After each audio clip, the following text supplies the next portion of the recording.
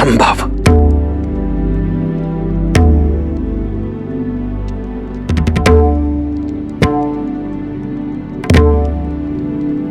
क्या हमारी संतानों के विवाह में कोई समस्या है महाशय?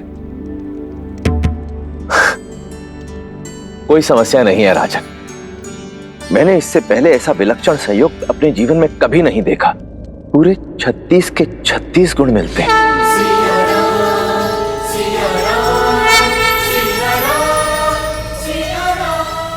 ऐसा प्रतीत होता है जैसे देवी सीता और श्री राम का साथ जन्मों जन्मों का है।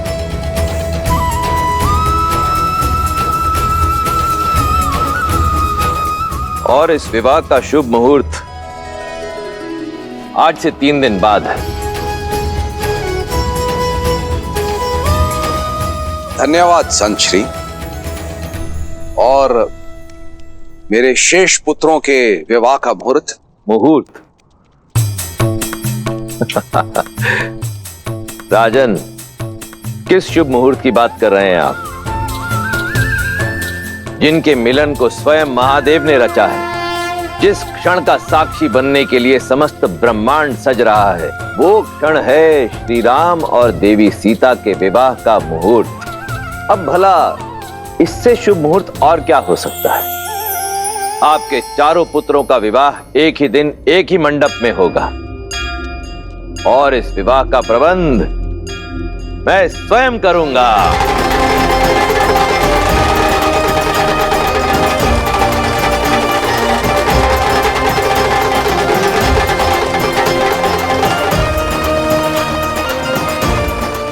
हम चारों भाइयों का विवाह एक ही दिन और एक ही मंडप में। भैया, शिवजी तो बड़े दयालु हैं।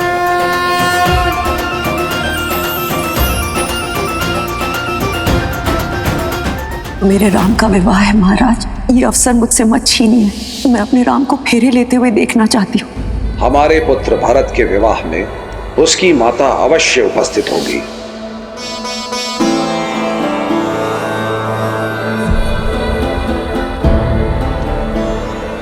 मेरे चारों पुत्रों का विवाह एक ही लग्न और एक ही मुहूर्त में हो, ये तो बहुत ही आनंददायी है ऋषिवर।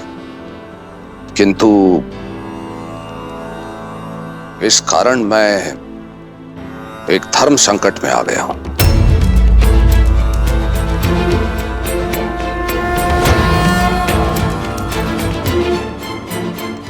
हमारे विवाह का मुहूर्त आपके लिए धर्म संकट? पिताश्री, धर्म संकट का कारण विवाह का मुहूर्त नहीं है राम। धर्म संकट का कारण है एक वचन। तुम्हारी माता कैकेयी तुम्हारे विवाह की साक्षी होना चाहती थी, किंतु अयोध्या की रक्षा के कर्तव्य हेतु मैं उन्हें विवाह के लिए नहीं ला पाया। और उनका मन रखने के लिए मैंने उन्हें वचन दिया, भरत के विवाह में भरत की माता अवश्य सम्मिलित होगी। किंतु अब यह कैसे संभव है? जब तक विवाह की सूचना अयोध्या पहुंचेगी, विवाह का मुहूर्त तो हो जाएगा। आपका वचन नहीं टूटेगा पिताश्री।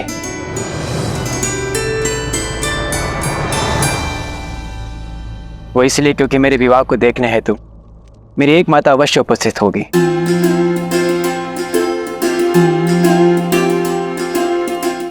जिस क्षण राम भैया ने स्वयंवर जीतकर जनक नंदिनी को अपनी जीवन संगिनी माना, उसी क्षण मुझे भी एक माता और मिल गई।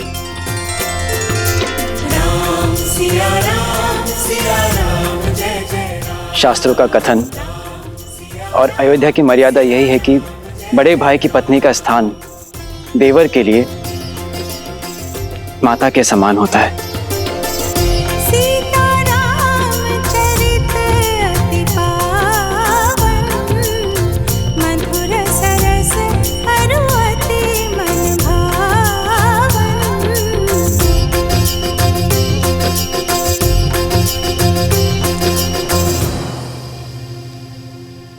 और मेरी माता मेरे विवाह में ही नहीं, मेरे विवाह की चर्चा में भी उपस्थित थे। माता, भैया ने सदैव पिता का स्नेह और सुरक्षा तो दी ही है, क्या आप भी उसी प्रकार अपने इस पुत्र पर आशीर्वाद बनाए रखेंगे?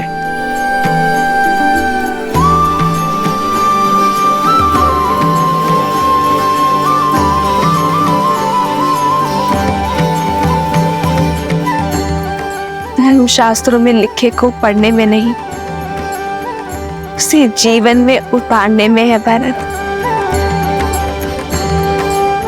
जितना पवित्र तुम्हारा मन है, उतना ही पवित्र और सुंदर संबंध दिया है तुमने आज मुझे।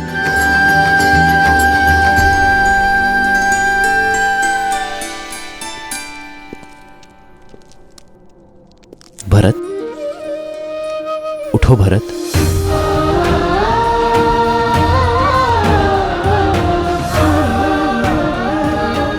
मेरे भाई जैसा भाई मिले तो धर्म की पूर्ति के लिए संतान की आवश्यकता नहीं।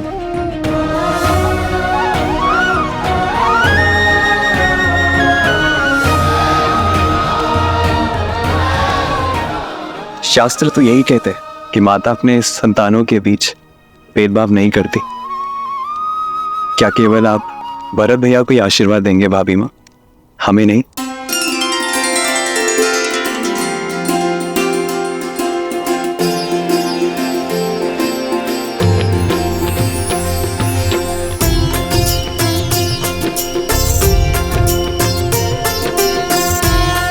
तो दशरथ नंदन और मिथिला की पुत्रियों के विवाह का प्रबंध किया जाए मिथिला नरेश।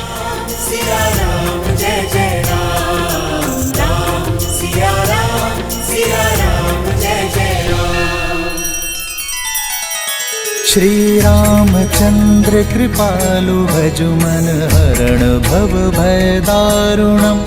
नव कंज लोचन कंज मुख कर कंज पद कंजारुणम।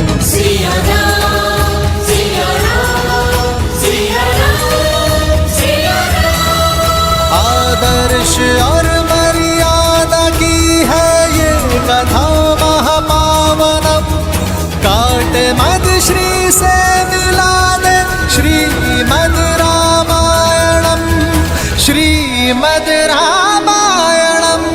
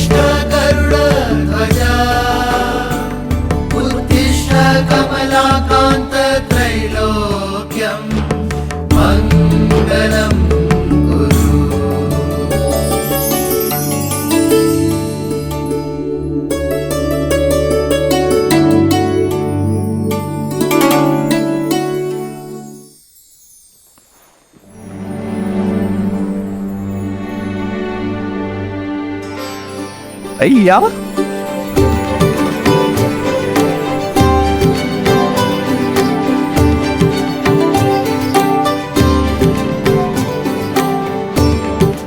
सज्ज हो जाइए भैया, आज से विवाह रीतियां आरंभ होने वाली हैं आपकी। जी हाँ भैया। केवल राम भैया की नहीं लक्ष्मण भैया, अब तो हम सब की होने वाली है। शुभ घड़ी तो है। इतने वर्षों से स्वतंत्र हमारा शत्रुघ्न इसी बंधन में तो बंधेगा। भैया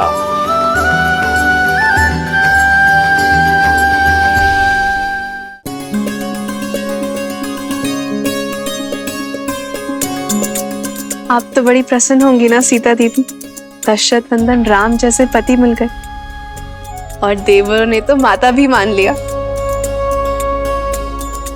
और वो देवर हमारे पति भी होंगे। उनके साथ साथ हमें भी तो सीता दीदी के चरण स्पर्श करने होंगे ना। तो क्या हुआ, अच्छा ही है ना। जब हम अयोध्या जाएंगे तब हमें ऐसा नहीं लगेगा कि माता का घर छोड़कर आए हैं।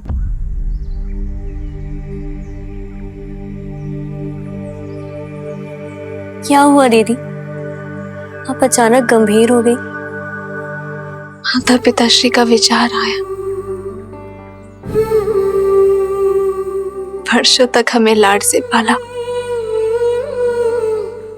और अब अचानक हम सब उन्हें छोड़कर चले जाएंगे।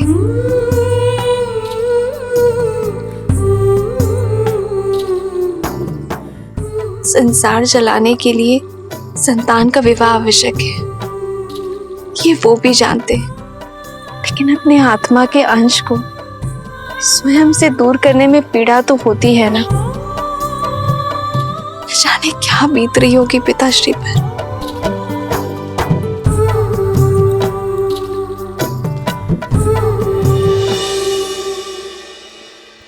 पीड़ा तो है मन में,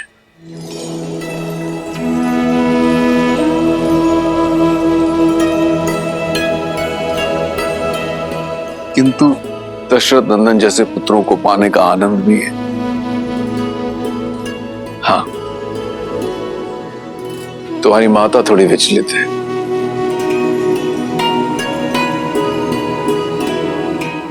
कहाँ एक पुत्री के विवाह की चिंता थी और कहाँ अकस्मात ही चारों पुत्रियां एक साथ विदा हो जाएंगी।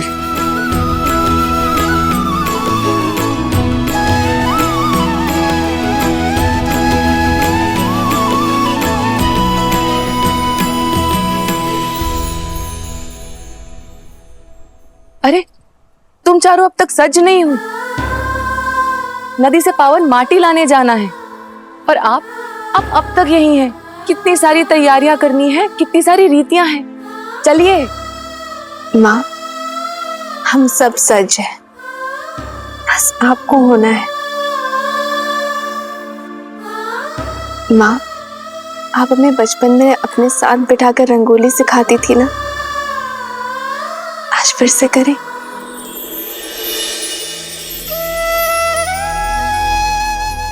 स्वास्तिक की ये 4 रेखाएं, हम 4 बहनें हैं माँ,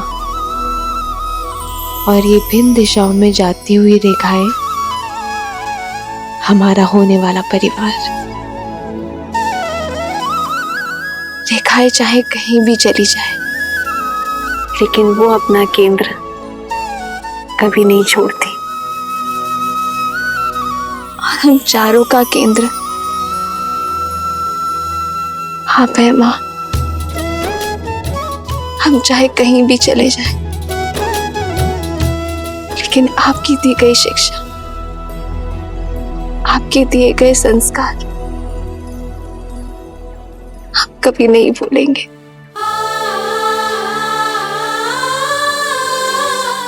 आपकी पुत्रियां मिथिला से दूर अवश्य जा रही हैं, लेकिन हमारे अंदर से मिथिला को कोई दूर नहीं कर सकता माँ।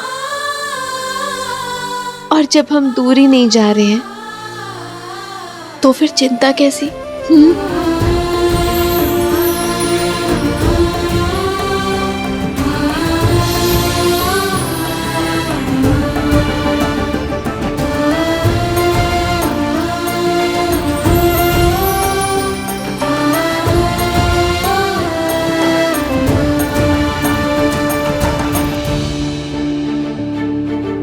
चलो नदी तट पर चलते हैं, मिथिला की महारानी के चारों जमाता वहां प्रतीक्षा कर रहे होंगे, और अगर विलम्ब हो गया ना तो महारानी बहुत डांटेगी। ओम भूर्भुवः स्वः तत्सवितुर्वरेण्यं भर्गो देवस्य धीमहि धियो यो नः प्रचोदयात्।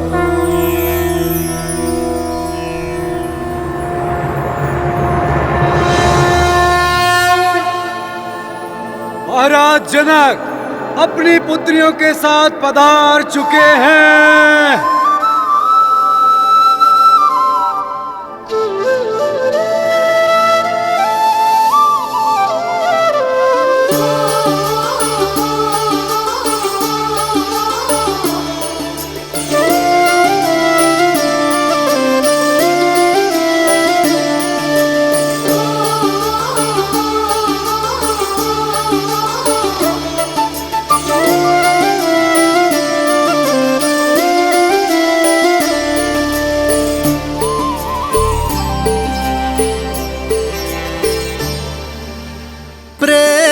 समर्पण करुणा ज्ञान से है भरा दो प्यारा नाम।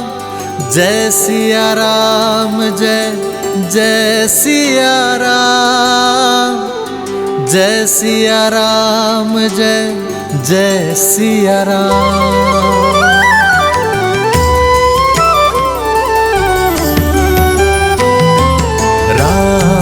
लोचन सीता दृष्टि, राम है बादल सीता वृष्टि।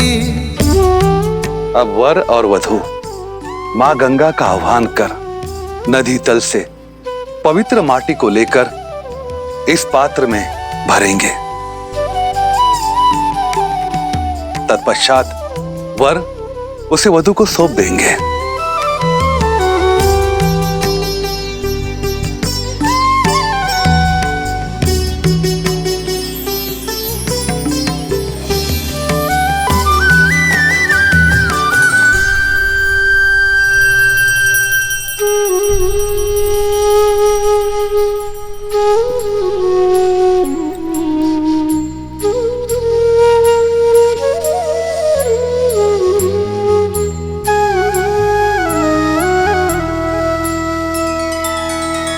सिया राम ने माटी छुई, मन छुआ सम्मान ने। संबंध का निर्माण होता स्नेह आदर मान से।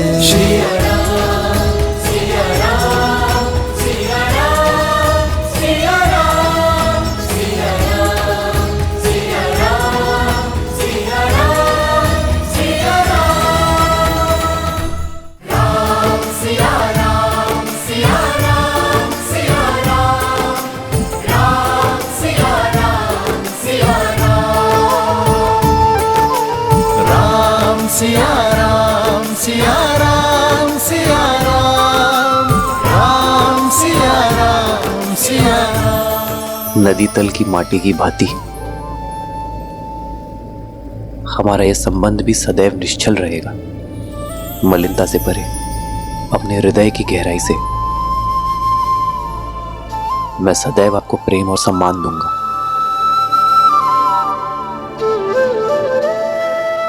ये माटी और अधिक पावन हो गई है क्योंकि इसे माँ अहिल्या और ताड़का की पीड़ा को हरने वाले श्री राम ने स्पर्श किया है। माटी के पावन होने का कारण कुछ और है कि केवल 8 वर्ष में शिव का धनुष उठाने वाली तेजस्विनी अपने जन्म से ही मिथिला की सारी पीड़ा हरने वाली भूमिजा ने इसे चुना है। राम सिया राम सिया राम सिया राम, राम सिया राम सिया राम सिया राम सिया राम सिया राम सिया राम, राम सिया राम सिया